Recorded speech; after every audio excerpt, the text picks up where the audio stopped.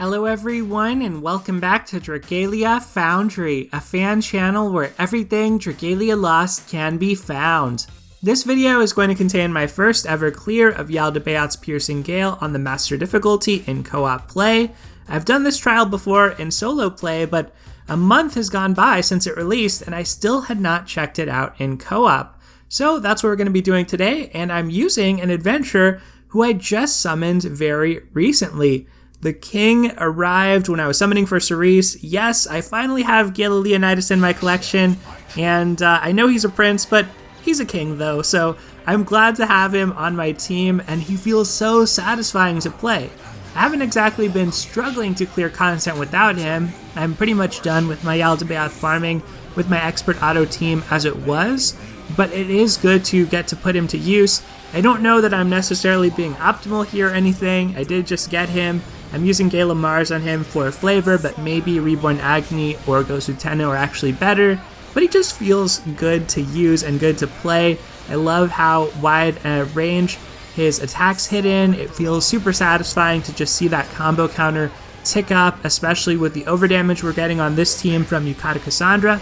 And although this is my first ever clear of Jaldabaoth on Master difficulty in co-op, my teammates here have cleared before, so they're helping me out. I went over to the Discord server, link in the description below, and asked if anybody could help me get my first clear, and thankfully people came through and showed up, and definitely appreciate it.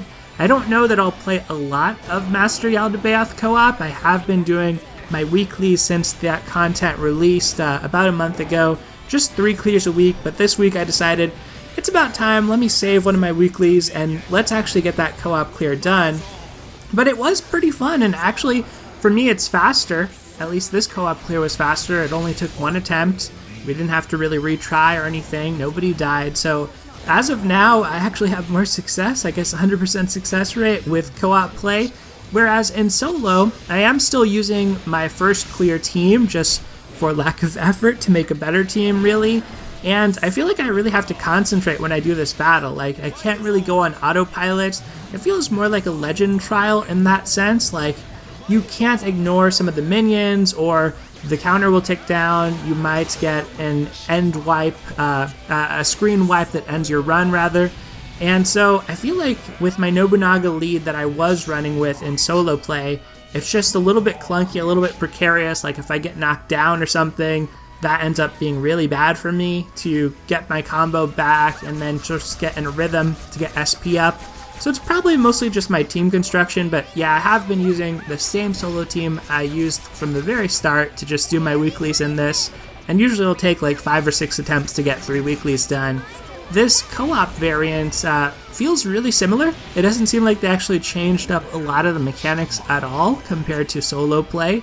So that might be one of the reasons I was able to just kind of hop into it without too many issues here. In Phase 2, I'm using Gale not, and I have been using her in solo play.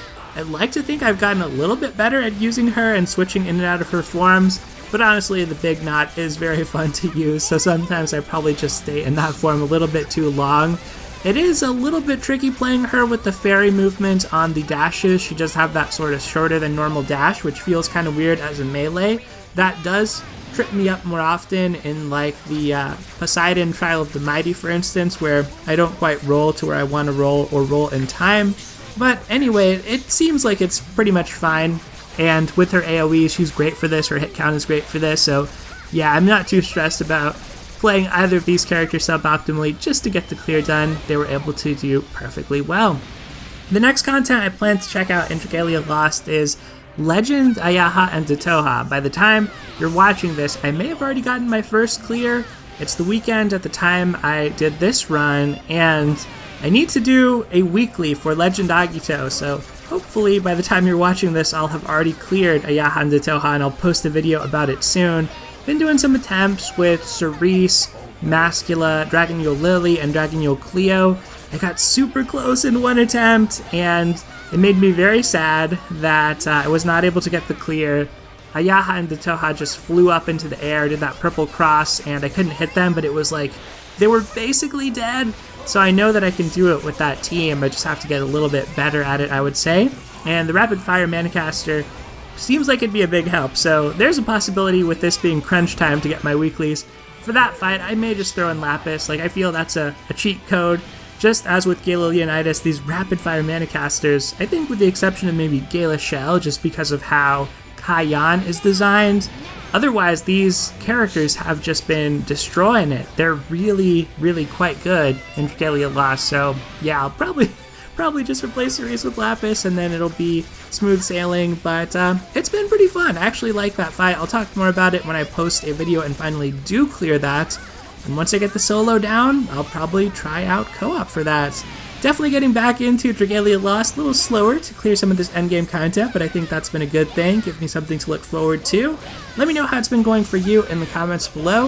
I think that is pretty much going to do it for today, everyone. Hopefully you enjoyed this quick clear of Jaldabaoth's Piercing Gale on Master Difficulty. Another thing I'd be curious about is, have you done this yourself? Have you been able to clear the Simsterdome minion content?